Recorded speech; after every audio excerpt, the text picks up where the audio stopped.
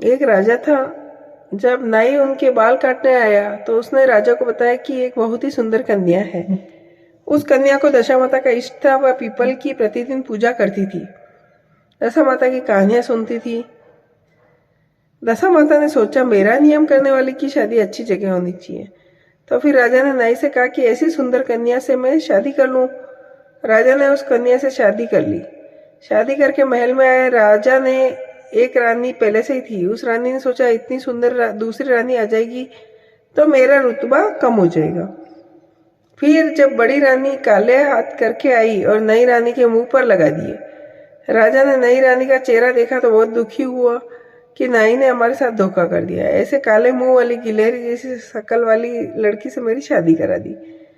राजा ने नई रानी को अलग कक्ष में रख दिया, उससे बातचीत भी नहीं की, उसकी तरफ देखते भी नहीं थे। राजा के ऐसे व्यवहार से छोटी रानी बहुत दुखी हो गई। उसको समझ में नहीं आया कि वो क्या करे।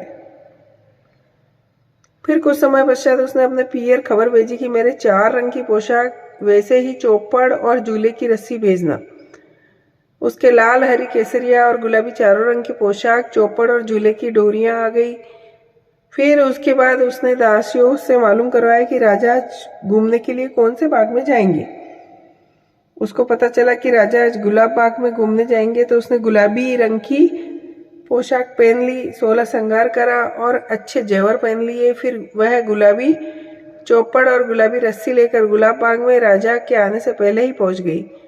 बाग में पहुंचकर गुलाबी चौपड़ बिछा दी और पास में झूला डालकर झूलने लगी।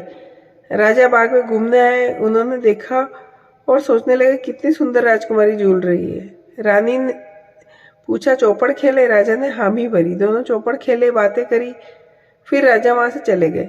राजमहल जाते समय राजा मन ही मन विचार करने लगे ऐसी सुंदर कन्या तो अपने महल में होनी चाहिए।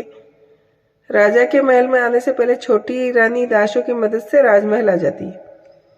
अब दूसरे दिन रानी ने पता लगाया कि राजा कौन से बाग में घूमने जाएंगे। रानी को पता चला कि हरियाली बाग में जाएंगे। उस दिन रानी ने हरी पोशाक पहनकर 16 श्रृंगार करके हरी चौपड़ हरी रस्सी लेकर दासियों के साथ लेकर बाग में पहुंच गई। चौपड़ बिछाया, झूला लगवाया, झूलने लगी। राजा के आने पर दूसरे दिन भी वह पूछती चौपड़ खेले? राजा कहते खेलते हैं। तीसरे दिन वह लाल बाग में गई, लाल पोशाक पहनी, लाल चौपड़ ली और लाल रस्सी लेकर गई। फिर चौथे दिन केसरिया पोशाक पहनकर केसरिया चौपड़ रस्सी लेकर केसरिया बाग में गई। राजा उस पर बहुत ही मोहित हो गए, पर राजकुमारी को तो मालूम था वो तो शर्माती नहीं थी। अगली रात रानी ने चारों पोशाकें, रस्सी, चौपड़ सब रानी के कक्ष के बाहर बरामदे में रख दिए। उंगली के चीरा लगाकर हाय हाय करने लगी। राजा को तो पहले से नींद नहीं आ रही थी।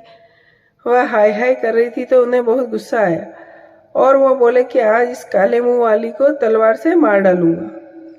किस्सा ही खत्म। गुस्से में भरे हुए राजा उसके कक्ष की ओर आते हैं। उसके कक्ष के बाहर राजा देखते कि चारों रंग की पोशाकें, चौपड़, रस्सी पड़ी है।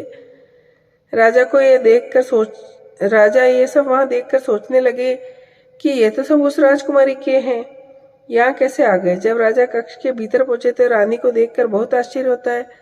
राजा रानी से कहते हैं आप यहाँ? रानी कहती है फिर हाँ। फिर राजा कहते हैं कि रानी आपने हमें धोखा दिया। रानी कहती मैंने आपको धोखा नहीं दिया, आपने मुझे धोखा दिया। राजा कहते तुम्हारे चेहरे पर तो गिलहरी की तरह काली लकीरें थी। रानी कहती वो तो आपकी बड़ी रानी ने मुझे प्यार करते समय लगा दी थी, उसको लगा होगा कि मेरे आने से उसका कमानेती कर देंगे।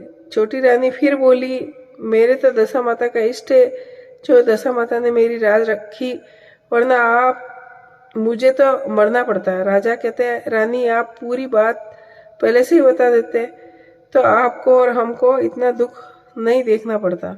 इसके बाद राजा ने बड़ी रानी को कमानेती कर दिया और छोटी रानी के साथ सुखपूर्वक रहने लगे। हे दशा माता सब पे कृपा रखना।